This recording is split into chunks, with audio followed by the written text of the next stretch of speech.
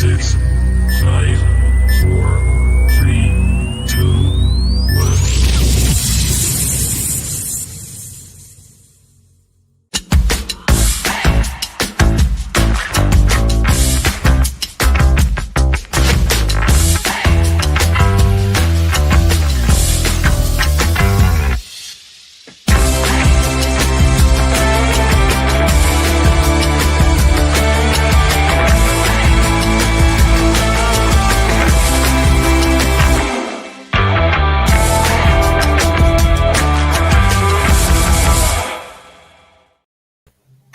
Good evening, everyone. Welcome back to Through Black and White Eyes for this match review.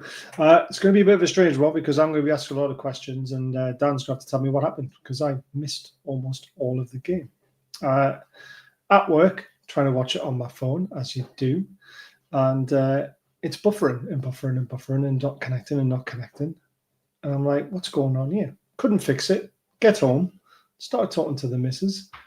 And she was only watching the York City game at the same time as the Newcastle game was on. Now I'm only allowed one connection to my app, which allows me to watch football, which means she got to watch the game and I didn't. I've had words. It didn't go down very well.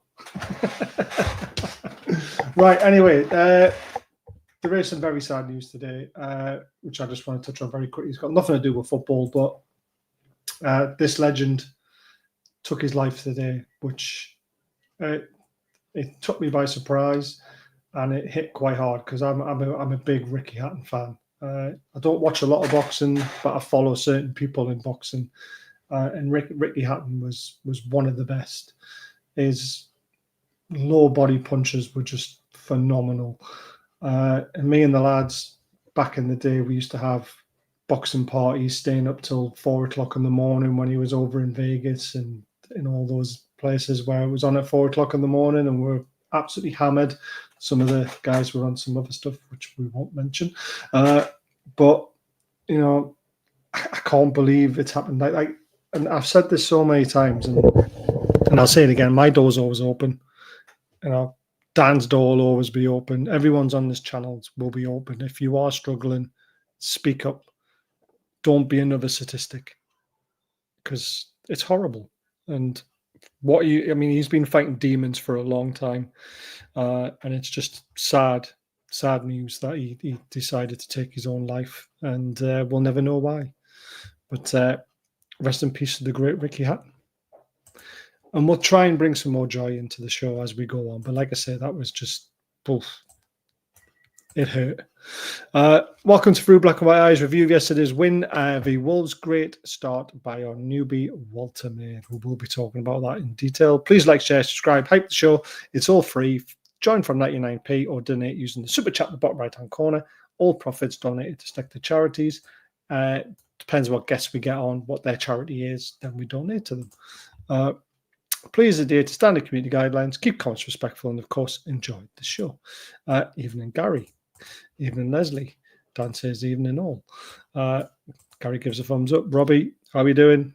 Bad day for you guys at the office, and I expected a bit more against Man City because you're their bogey team. But I'm not going to say I was quite pleased. I won a little bit of money. There we go. Absolutely bars. We're shocked to hear about Ricky Hatton. May you rest in peace. Exactly. Evening, Mo. How are you doing, pal? We need to get you back on at some point as well. And cheers. Evening, Dan. Woltemade. Jawohl. Woltemade. What? Sorry, what? Someone actually put a good one, was it? It's when the ball hits the net and it's not Shearer and Cole, it's Woltemade. Woltemade. Yep, that's Amore. Yep.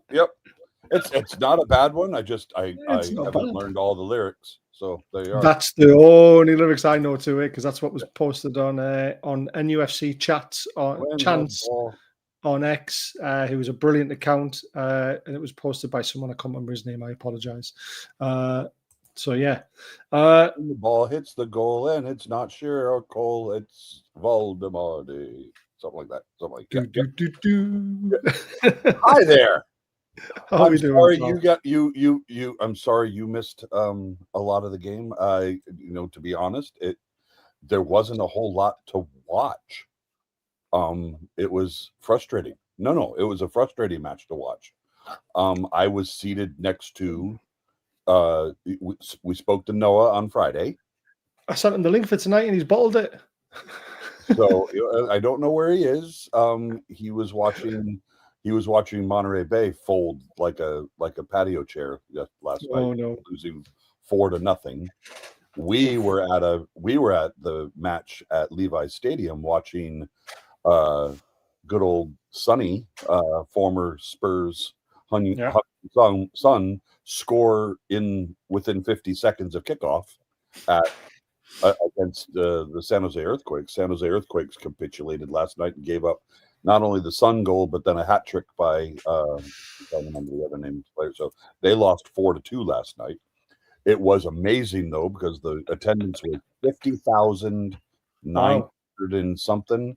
And doesn't it just show you what one player can do to a club? yeah, no, I mean, and it was. I mean, as you're entering the stadium, first of all, we don't typically the Earthquakes don't typically play at Levi's Stadium. Levi's Stadium is the home of the San Francisco 49ers.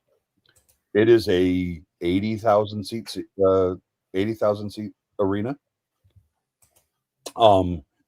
We were entering, and there was, I mean, you could tell it was a San Jose Earthquakes game, but the vast majority of the people that were there to see Heung-min Son. Yeah, crazy, isn't it? And when he went off, like I said, the announced attendance was 50,982 or something like that. When he was subbed off in the 80th minute, there were fewer than 10,000 people left in the stadium when Fulltyne was closed. I mean, it was just watching the people stream out was ridiculous. The speed at which the stadium emptied out was like this. So it was kind of like watching, during the Ashley days, when we were down 3-0 or whatever. There were some fans that decided to leave at that point. No, I think we were all. I think when we were talking Noah on Friday on the look ahead, we were trying to figure out what formation was Eddie Howe going to throw out there. We kind of knew that Woltemade was going to start. The question was who was going to start up front with him. And Eddie threw a bit of a curveball, starting Jacob Murphy on the right and Barnes on the left. Right, just went back to his 4-3-3. No, but we didn't have Alanga. Alanga started on the bench. I would have had Alanga on the right. Yeah, everybody else was where they were supposed to be. Yeah, we figured Barnes was going to start on the left. Yeah, but we didn't expect Jacob Murphy, and Jacob Murphy used that opportunity to come out there and surprise us. Is anybody else waiting backstage? Nope, just me and you. Okay, just you and me. Okay. Yeah. I thought Noah was coming, but he's not. But let's talk about the action because of the little I saw of it. So we could have been 1-0 down after 3 minutes. Yeah. Literally inside the first 50 seconds when they pump the ball long. And Port makes a fantastic save. Yep. I'm not too sure how much he got of it, but he got enough of it. And then from the resulting corner, there was another, I would say, a textbook save from the volley from Chang. But that was scary though, because that was just like, what the hell's going on here? Yep. I was still setting up the other TVs for the other matches in the pub when all that was going on. So I turned around and it was like, holy crap, we could be. Yeah, it was unnerving to say the least. But then we got into our rhythm. Go ahead. Well, our big chance from that in the 13th minute was when Jacob Murphy should have scored. Yes. And he hasn't done a lot wrong. He's kept it down. He's hit it into the ground. Long throw in from Tino, and it breaks to the back post. And he's literally 4 yards from goal. He sticks it either side of the keeper, and it's 1-0. But he hits it literally. The keeper just stands there, and it hits him, and he gets away with it, doesn't he? It was elementary. It's just so frustrating. But again, what a chance though. And this is where I criticize Jacob Murphy sometimes, and why I say he's a very good squad player, is because in the Premier League you have to take those chances. Yeah. You know, that's bread and butter, that chance for me. Yes. Yep. Agreed. And I mean, this is where we could also be heavily critical of Barnes as well, because I didn't think he didn't play particularly well yesterday either. No, I don't think he did. And you know, I don't From know what if I've that's read. because I don't know if that's because his partner just gave birth on Wednesday or Thursday on the 11th to their another little one. So maybe, you know, sleeping is not happening, you know, but you know, he was not up to snuff. And we've been critical of him for the first 3 games of the season, heading into this 4th game, and it still showed. The question is, and of course they kept focusing on Anthony Gordon up in the box, you know, serving his second match suspension. Yeah, he's got one more in the Premier League. Yep. There was another great chance for Wolves as well when they broke down the right. Great cross, and Shaw's interception, literally stopping a goal scoring chance. The one where he slides in and puts it out for a corner. Absolutely phenomenal, that. Absolutely phenomenal defending. I don't think there's many defenders who can do that, especially sliding back towards your own goal and still managing to hook it out for a corner. Normally you see one goal written all over that, but he had to do it, and it was just superb defending. The first comment that was made after that was, "My God, is he good looking?" It's one of the ladies behind me. So, yeah. But what a pass though, to put them in, and then the cross, and then the actual was just unbelievable. It was phenomenal. We have to go into the 20th minute. How? And I've watched it a few times. I've looked at the still pictures. How was Barnes not got that player sent off? when Dan Burn dinks it over the top, he's running in behind him, and the Wolves player comes from the side, elbows him in the head. Yep. And then it's not a penalty because he's outside the box. Right. But it's denying a goal scoring opportunity. Yep. And it even goes to VAR and they don't give it. Yep. That was I mentioned Noah. His best friend's mom, Kelly, was also there, who's also a Wolves fan. Kelly was watching it with me, and Kelly said, "Oh, that's a red card. Oh, that's a red card." And then when it wasn't given, she's like, "Oh, we got so lucky just now. Holy moly." It's just the inconsistency of VAR, though, isn't it? It's and neither of us were excited about Kavanaugh as the referee. So we can't blame the referee. The referee doesn't give it on the pitch. It's the people that right now. I just heard this. Apparently, so I follow Keith Hackett. Obviously, we've had him on the channel. Lovely guy. He says that's the easiest decision to make. That's a blatant red card, sending off, denying a goal scoring opportunity. The problem with VAR is they've got someone with no experience in football, and he's doing his first game in the VAR studio. Oh no! And it basically, his line was, start getting people in who know football, who know the rules, and get them behind the seat of the cameras. I thought VAR. I thought the VAR folks were supposed to be referees. Supposed to be ex-referees, or they're supposed to know the rules enough to be able to run on the pitch as well and be a referee. But this is this guy's very first game as a VAR. Calling as a VAR. Yeah. Oh, goodness gracious. And it's like in a big game like that, and how we got that wrong, I have no idea. I mean, it's probably the only thing that really Harvey Barnes did in the game from what I've read. But I mean, the more I look at it, he's just gone in with it. I just don't get it. No, it was Lee with the Baz. I gotta go off mute and off camera for a minute. I'll be back. Yeah, no problem. It's a shame he picks that moment, isn't it? Because we're going to talk about the goal now. So, how many times are we going to see this season? get yourselves in the chat. Let me know how many goals you think Woltemade is going to score. He scored on his debut quicker than Alexander Isak scored on his debut. I'm very excited by this man because, I mean, first of all, it is a fantastic cross from Jacob Murphy right to the back post. But Woltemade's anticipation of it, his desire to get on the end of it is fantastic. And he's off balance when he heads it as well because he's leaning backwards and he manages just to plant his head on it and it flies into the top corner. An absolute beautiful goal. And a very, very exciting time, Dan. And how many times are we going to see this season?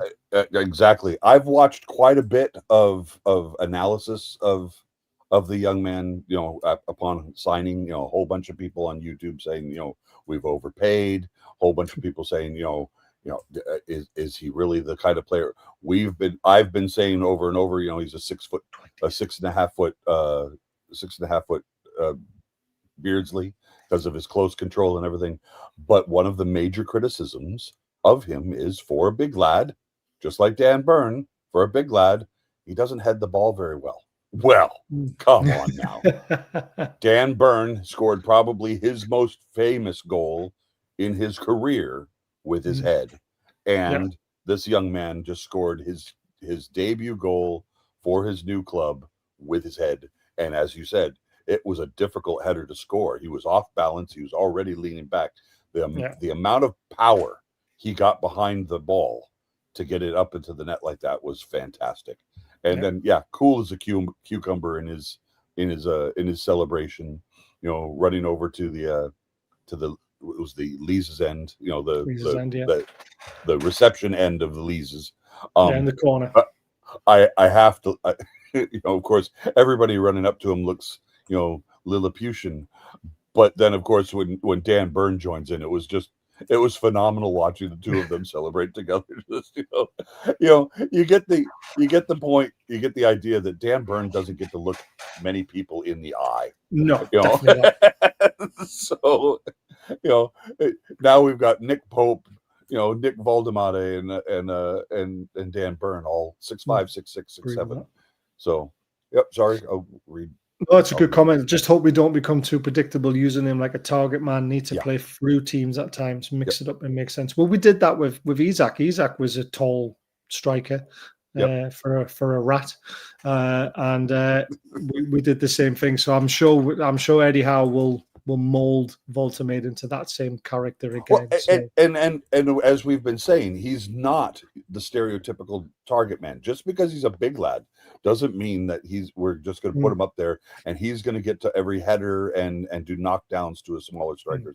He's got lots more in his game than that. He has the ability to dribble through defenses. Like I just said, he's a 6.5 foot tall Peter Beardsley. He has tremendous ball control at his feet, and I'm excited to see he's going to be not only a goal scorer, but he's going to be a goal provider to so many of our speedy forwards. So this is all stuff that's going to bode well. Yeah, I mean, there's a lot of times I saw little glimpses of the game. The way that he was just knocking the ball off and turning and going, little drop offs and stuff like that. So it's going to be good. Again, a lot of the action was all in the first half. Jacob Murphy has a shot, it's blocked, it comes back to Tonali, fakes to go on the right, cuts inside on his left, smashes a great effort, 25 yards out, smashes the post. I was just like, I actually saw that. And I was just like, I can't believe that didn't go in.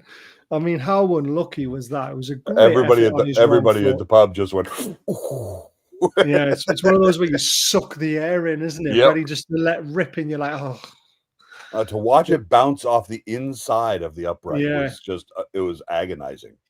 So yeah, absolutely.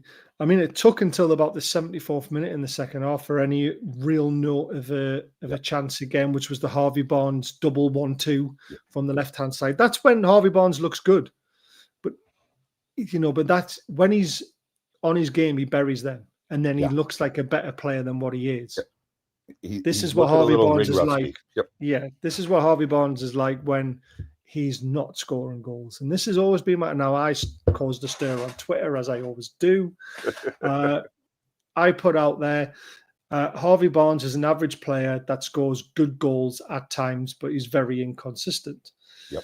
And then I put, Asula is a lovely lad, but at 22, he's not at the level that he should be, and therefore not good enough for a top 6 team.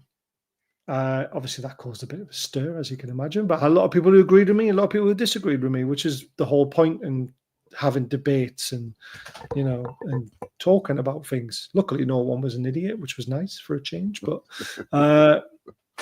the best comment was, which obviously gave me a bit of an inflated head, was everybody who knows football will understand this. I was just like, thanks, mate. Thanks. So there you go. But yeah, so, I mean, it's great to get the win. An absolute fantastic 3 points. This is the start of our season now. The 9th. Yep. Yeah. And this has happened in a few seasons in the past where we've struggled to get going. We haven't got what we deserve sometimes, or we've got more than what we deserved. But then we get that grind out result, where you've got to work really hard for it. You're not at your best, but you do enough, and then that kicks you on. Yep. Problem is, I've seen our next few fixtures, and I'm like, oh my God. We've got Exactly. Barcelona on Thursday night, and then we've got Bournemouth, Eddie Howe's bogey team, because he cannot beat them. And then we've got Brighton, and we've got Arsenal as well. Bradford in between it. I'm like, holy crap. But that's the Premier League for you. Here's the ratings from the game for them. I mean, no one had a standout game for Wolves, apart from the right back. Well, the three of the back three. I can I just say that Mascara for me was embarrassing. He spent so much time rolling around on the ground. Oh, did he? He's the one who elbowed Barnes as well, wasn't he? Yep. But I mean, people who were in the pub watching were just like, him again? It was constant. The man deserved an Academy Award. At one point, the ball hit him in the side of the head, and he was rolling around like he got shot. And he was trying to get somebody carded, and just like, mate, nobody hit you. The ball bounced and got you. Just quit. No, go ahead. Put the bracket back up again. Sorry. No, I've deleted it now. Well, because he had a 6.7. Yeah, but that's poor. Probably maybe a bit too good for him. But exactly. I mean, I fear for Wolves this season. I mean, that's the first time. Actually, I'm going to read Noah's stat because he did send me something which was quite good. He hasn't even read the message for the thing. He put, we did better than I thought, but in the end, that's the first time in the 148-year history of Wolverhampton Wanderers that we have lost our first 4 matches of the league. Yep. That's crazy, that, isn't it? That's one hell of a stat. Yep. But it just shows I am very worried for Wolves this season. I think if Leeds still carry on grinding out results, Sunderland carry on grinding out results, I think Wolves could be the team that go down this year, and one of them two stay up because of it. Yep, agreed.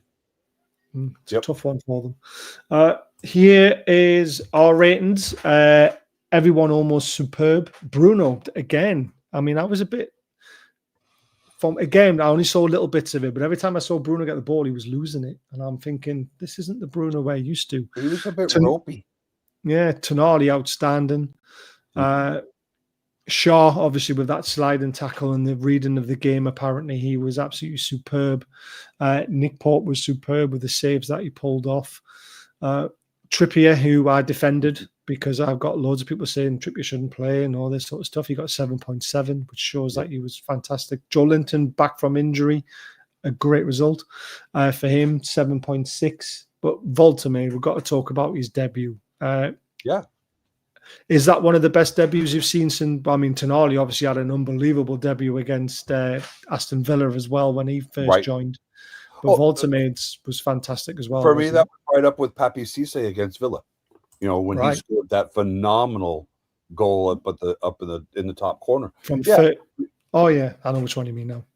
Yeah, I mean, it was a lot was expected of him, and we said this on the Friday show. You know, I said this is going to be a debut. This is going to be a match tailor-made for a young man to come on and make his mark, and he did it. He came on, a lot expected. Again, he was started as the 9. I don't think anybody was expecting him to play the 9. That's not his true position. Maybe a false 9, but I thought he was a cohesive part of our attack, and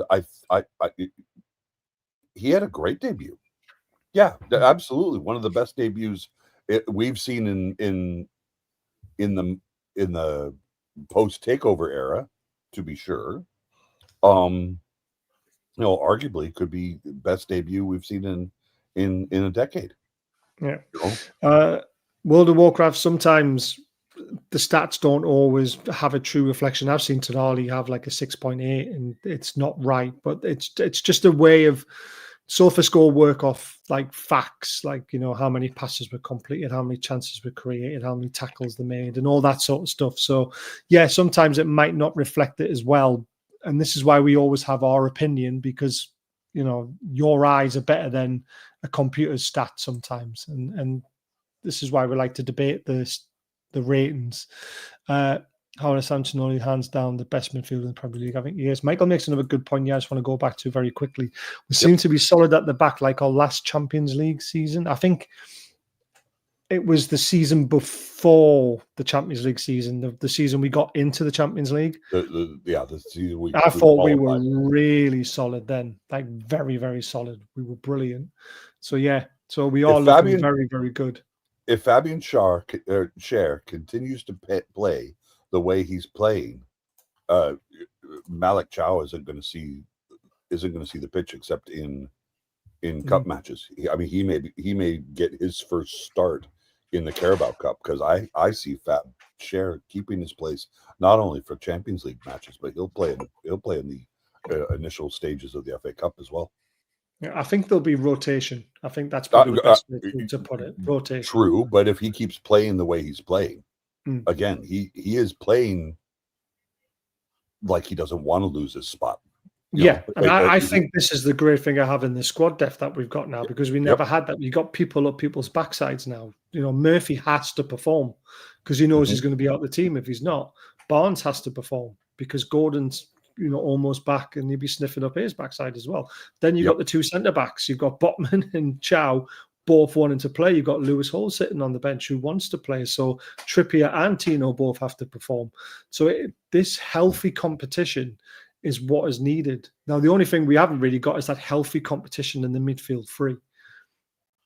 Yeah. You know, you've got Miley, you've got Ramsey. Ramsey's injured. Miley's not going to force any of these three out. So this is where the competition's sort of like, but the three we have in midfield, they love the football club. They love performing. They love playing for us. So it's not a problem. Before we go on to the man of the match, I'm going to bring in some guest views. He is back. Well, guys, we couldn't wait for that window to close, and now we're back to action.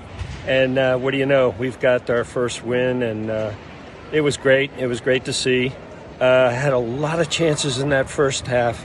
I felt bad for Jacob Murphy because he was doing all the right things. Just missed a few, and I mean a few.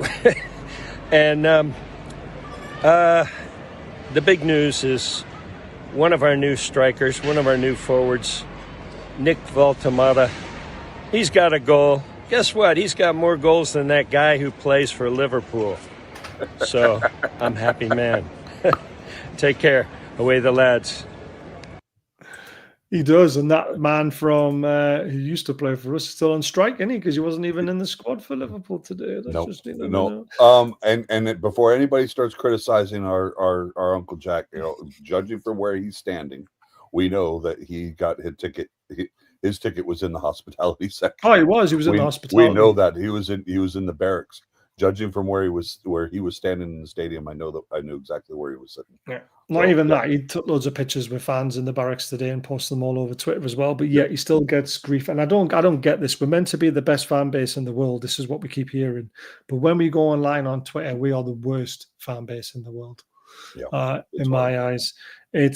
You get people saying, how's this guy getting tickets? It's like, well, if you buy hospitality tickets, you get them as well. It's just whether do you want to pay that price. And everyone had a chance to have a season ticket when Ashley was in charge. I did. And I gave mine away because I wanted to protest and I wanted them out of the football club. I regret it a little bit because I haven't got my ticket anymore. But that's life. I don't begrudge anybody else going. So no one should really. It's ridiculous. Another guest? Yep. We do. Oh, back in the studio because I've got more work to do. But great win, first win of the season, needed that. It wasn't pretty. Don't think we played amazingly well, but good to get 3 points on the board. Woltemade with a flawless debut, I think, in terms of his build-up play. He looked calm in possession. He was getting stuck in, took his header really well, so he'll be really pleased. Really good to see Jacob Murphy come up with an assist as well. Obviously, we've seen him do that a lot of times with Isaac, so it's great that he's kind of building that link-up play with Woltemade as well. And a special mention to Nali as well. My goodness me, like a lot of the work that he does is under the radar, but he works his absolute socks off, and he was easily the best player on the pitch, completely unsellable in my opinion. I think he was outstanding, especially when we were up against it. We didn't dominate the whole game. Obviously Wolves had maybe 10-15 minutes where they looked a bit more threatening, but we defended really well.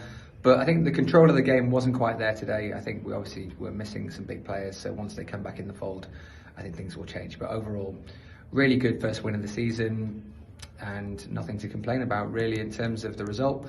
I think performance could have been better. We move. Great words. He summed it up very well. As I said, I said it wasn't a great game. We didn't play particularly well, but I think what Mr. Winter says there is spot on. We have obviously got some solid performers in there, especially in Cher and Tonali. And I said Tonali. Both of them they played everybody off the park. But our debutante also did remarkably well for not only a young man, but I mean, a guy who was thrust into the limelight, and that's what we talked about on Friday. Yeah, exactly. Keith Downey reporting with some of an ACL injury. The update, Craig Hope gave was 4 to 5 weeks. He could be missing. And it's just all luck, isn't it? He hasn't been injured for like 2-3 years, and then suddenly he signs for Newcastle. He gets injured on international duty. So it's just all luck, isn't it? He was up a height, as they say. He's a proper fan. That's all we ask for. He is we're all proper fans at the end of the day. It's just, let's face it, John pays through the nose. Exactly. This is the other thing, like yourself as well, Dan.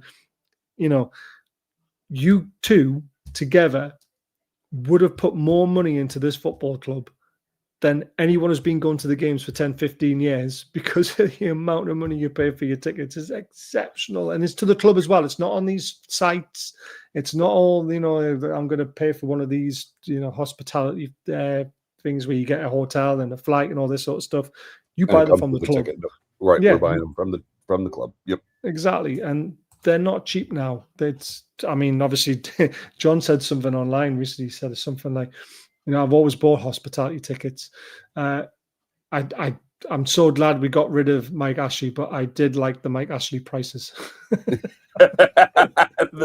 True statement. Yep. Exactly. Well, when you think about it, I mean, 1 or 2 hospitality tickets is the cost of an entire season ticket. Exactly. And when you're also thinking about, the cost of airfare and the cost of hotel while you're on Tyneside, it's a pretty penny. And we're not rich. No. We've socked away some money, that we're dipping into, that allows us to make these trips. So we're excited. John's just a kid with a pension. That's what he says. He's a 12-year-old with a pension. Yep. Oh man, how's the bait and wings? I don't know. I've never been in wings. The only 2 hospitalities I've ever been in were the first one was the Park Grill. That was our first match when we came over in 23. Our first match back. Again, we saw games in 2002. We saw games in 2018. The first time since the takeover was in 2023. We were in the Park Grill, and then the next time we were in the Barracks.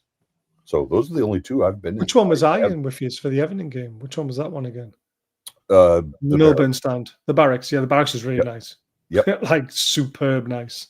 Yeah, well, that's the least expensive. I mean, the Park Grill is the one where you sit down and have a 3 or 4 course meal, and you order off a menu and stuff, and it just I had that. That to me was really deep. That and the Leasers. Yeah, yep. Yeah, I've done that once. Just under level 7. It's up at level 6. Yep. Yeah, I remember doing that I got it for a birthday present. I took my mate. It was Eddie Howe's first game in charge, and then ended up having COVID, and we drew 3-3 with Brentford. Yep. So I got the Mac Ashley prices to watch Eddie Howe because it was bought really early for a birthday present. So it was just like, oh, right, brilliant. When I got it, I was just like, yeah, I'm not really that too fussed about this. And then the takeover happened, and I was just like, shit, I've got a ticket. What Jack and I say is, it would be nice to get a hospitality ticket, but and it's not about a discount or anything like that. We're out, and he's out wearing his vest, collecting for the food bank, and we're hopping pub to pub to pub to catch up with people that we know in the city. We've been to Rosie's, used to go to the Earl of Pitt. We would go to the Strawberry. We would run over to now we've added the Lost Wanderer into that mix as well. We're running around outside the pub, outside the ground, running into people that we know. We don't even get to take in the hospitality part. No, you don't. No, you just get the seat, don't you? Exactly. So, and I'm not complaining at all. There's a bit of scran, at the very end, that if we were desperate before kickoff, you could run up and get, like in the Barracks, there was one time they had satay skewers and like, and jasmine rice or something like that. You just grab a skewer in a little bowl of rice, and then you get something down your neck, and maybe a quick pint before you walk out. But yeah. I love that. Away days do blow home games out of the water, to be fair. I've been lucky enough to go to a couple of away days. Blackburn, West Brom, Cardiff, Wembley, 3 times. For me, it's Leverkusen, in Leverkusen on Sir Bobby's birthday.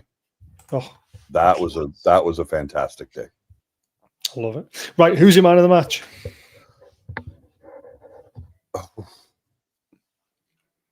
Before I put the poll results up. Probably Tonali. Tonali? Yeah. Tonali. So I did a poll. 6-hour poll today, 343 votes. Tonali wins it, 87% hands down. He was superb. So silky on the ball. I mean, just and like you said, the hard work he does that's under the radar, that you're not even really watching. It's just his close control, his passing ability, his mindfulness, exactly. A pie and a pint is all you need. And I had that on at the Sella Cup games. I had my first mince and onion pie when you were there. So no, he was just, Tonali is everywhere, and someone said in the comments, we need to get Tonali tied down. We need to get an improved contract and get him tied down, and maybe we can rely on the new director of football, who I think is supposed to be announced here, maybe start as early as tomorrow. I hope so. Fingers crossed. So the pitch is back. Yeah. Santa needs to grow his beard really quickly. It's now December. Well, I mean, and he's working on it. That's the Kit Man, is it not? Yes, I think so. Yeah. With glasses on. Nick, Yeah, Keith. something like that. I can't remember his name. Well, no, but I want to look at that picture closer and see how many of our guys that are currently not in the lineup are in there. I mean, obviously Anthony Gordon's back there. You can see him under the T in Newcastle. He's loving it. I love Anthony Gordon. I don't think people realize how much he loves being here. There's a couple of birds that obviously Trippier's been having a bit of fun with. Oh, come on now. Trippier's only got his towel on. What's he been doing? Oh, no. But they're right behind Cher, though, aren't they?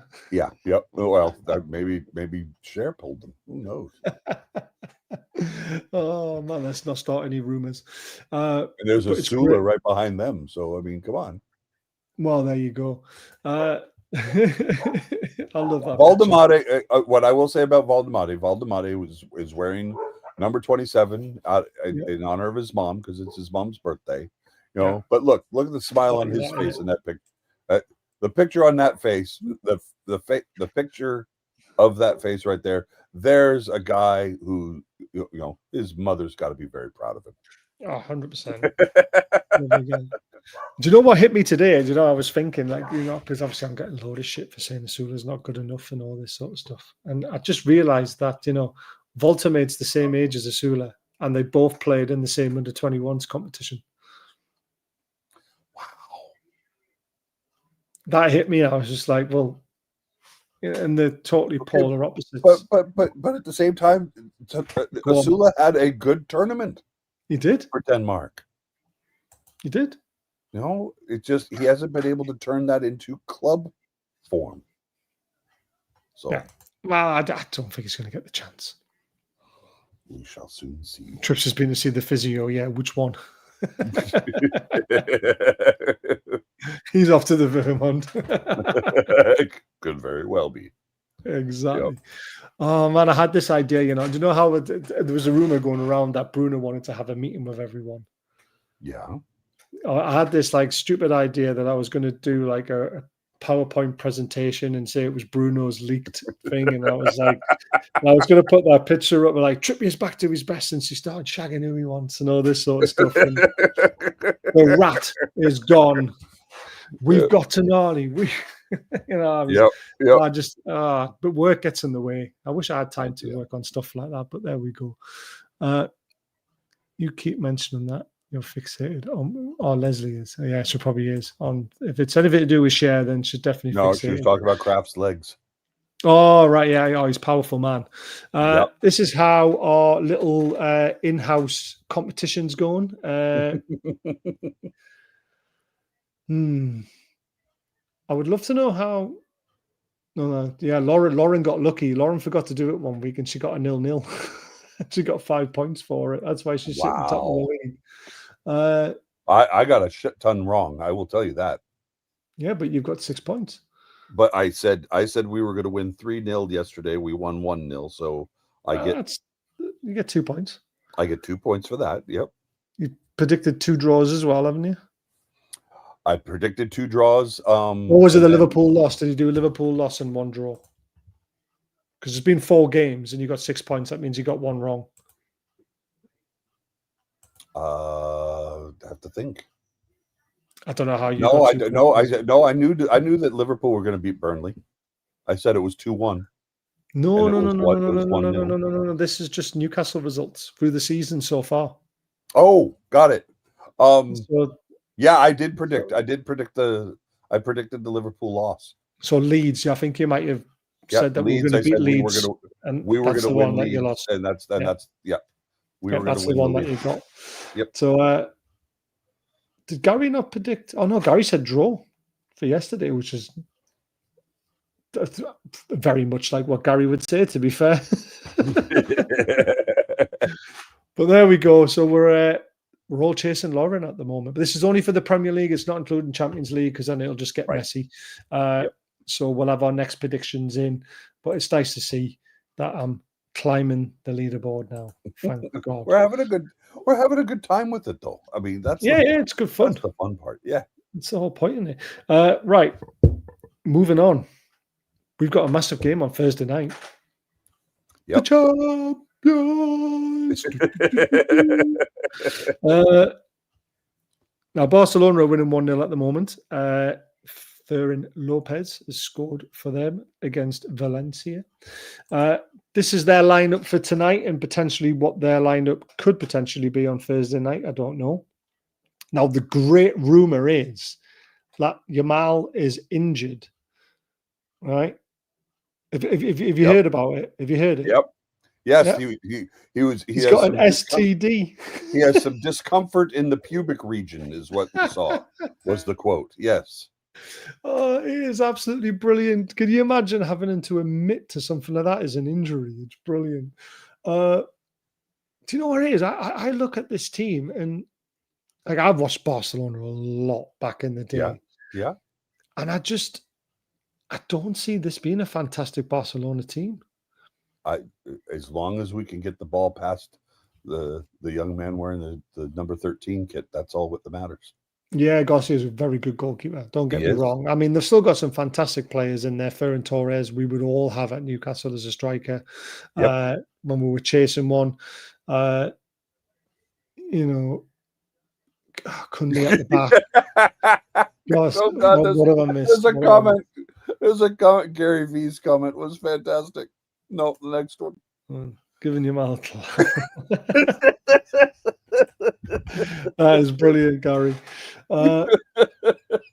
Pedri's obviously a good player. No Rafinha in the team there, which is a bit of a surprise. I don't know what's up with him. This is the confirmed team for tonight as well. That's winning 1-0. Now, the one thing that Barcelona have got in their favour coming to St James's Park on Thursday night is they've got Rashford in their ranks. He might not play, but he probably will. But he will make sure their team are ready for St James's Park. Yeah. You know, when PSG came, there was nobody to warn them who played at St James's Park before. And weren't used to what we're going to get. Rashford knows exactly what St James's Park is all about and what Newcastle's all about. So that's a bit of a thorn in our side, in my opinion, because I don't think we'll catch them cold like we did PSG. But there's still no reason why, if we put up that kind of performance again, like we did against PSG on that special opening night of the Champions League, there is no reason why we can't repeat that amazing feat when Tino Asprilla scored that fantastic hat-trick. Yep. I hope it's not as close as that, because I was starting to get worried. But God, honestly, I cannot wait for this game. I am like a kid at Christmas. I wish I was going. I really do, but I couldn't get a ticket. I didn't get a ticket for that game when we beat them 3-2. My mum decided to go with my dad rather than his dad taking his oldest son. Well, sometimes Thanks, Dad. Sometimes those are the sacrifices that need to be made to keep the spark alive, mate. That's Nope. You don't have a sibling that's 28 years old, do you? I've got 3 siblings. No, I know, but none of them are 28 years old. No. Close. But no. Within 9 months? No. Bit later than that. I didn't remember this, but when Liam O'Brien scored against Sunderland, over the wall, I was begging my dad to go to that game and he wouldn't take me. Thanks, Dad. Yeah. Well, to be fair, you would love to have gone to any match. Right, yeah, but exactly. Come on. Yeah. So I'd just like to wind them up. Sure. I took my daughter to the Barca game. Great memories. See, could have been a father and son magical moment, like it was when we beat Man United 5-0. And I predicted we'd thrash them that night as well. Right, this is what I've predicted for the team against Barcelona. I think we'll freshen it up a little bit, but I still think that back line and that midfield will stay as it is until something needs changing, potentially. I think Alanga comes in because of his pace, and we're going to need it because he's going to need to do a lot of defensive duties as well, potentially. And I think that's the same for Gordon down the left-hand side.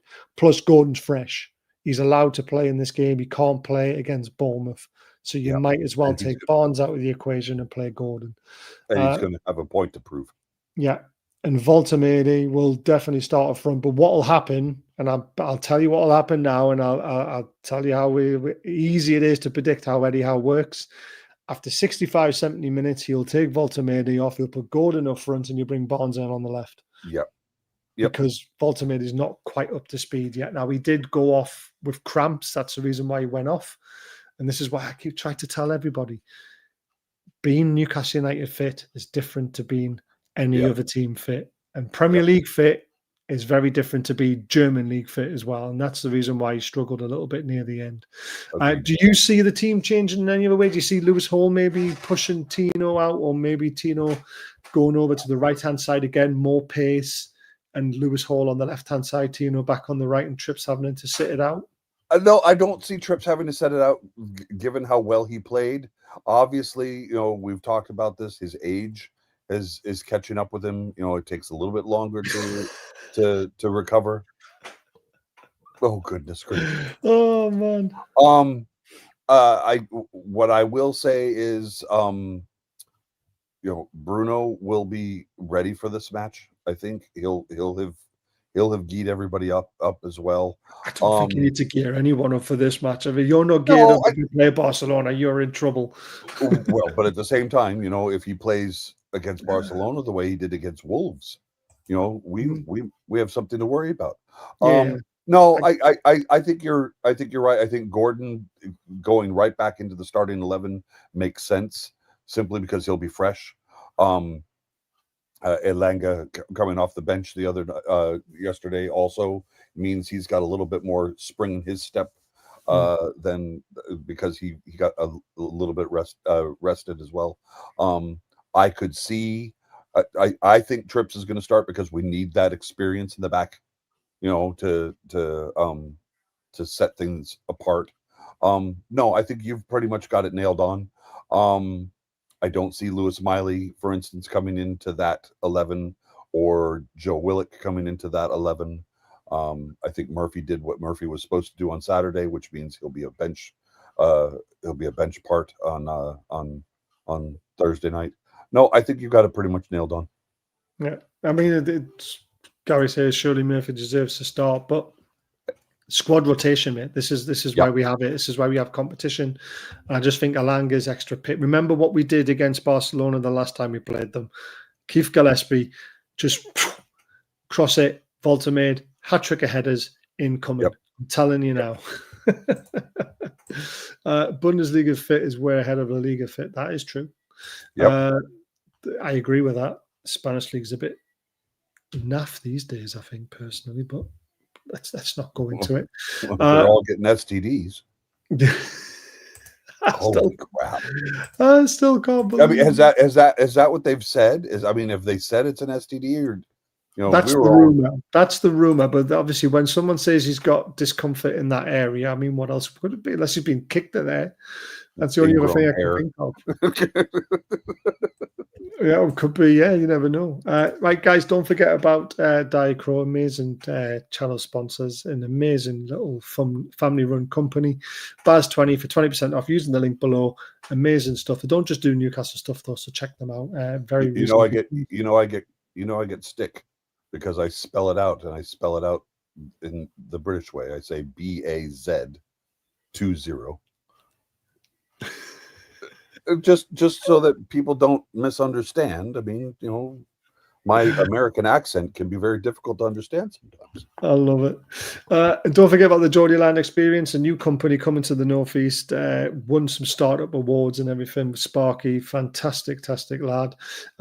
If you want to know about the history of Newcastle, if you're coming from outside of the Northeast, or even if you want to learn about your own history from living here, please get in touch with them and start getting some experience. He is going to start donating some experiences soon for prizes, so that's going to be good. He's been to the film. Maybe Trips set him up. Maybe. Oh man, I love it. As we're not going to get a chance to do a prediction show for Barcelona because I'm on 3 night shifts starting tomorrow night. What is your prediction for the game? I will go 2-0. Oh wow. See, I don't know. And truth be told, like I say, I used to love watching Barcelona. I've hardly ever seen them play for a very long It's been a time. while. Yep. Yes, I don't know how good really they are, but I just fancy us under the lights in the dark. St James's Park is always special. Yep. I think it'll be a little bit more comfortable this time, but I'm going to go 3-1. Fair enough. I was thinking 3, but I'm still sitting. I'm still trying to figure out where we're gonna.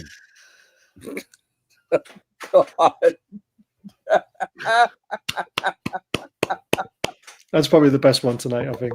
Very subtle. That was very perfect. subtle, that one. That was perfect. No, I'm thinking. I thought we were going to beat Wolves 3-0, and we beat them 1-0. I think goals are going to be hard to come by. I think 2 will do it. I think Woltemade might get 1, and I think there you go. And I think Gordon may actually get 1. Because he's going to be he's going for. I think the danger man for us.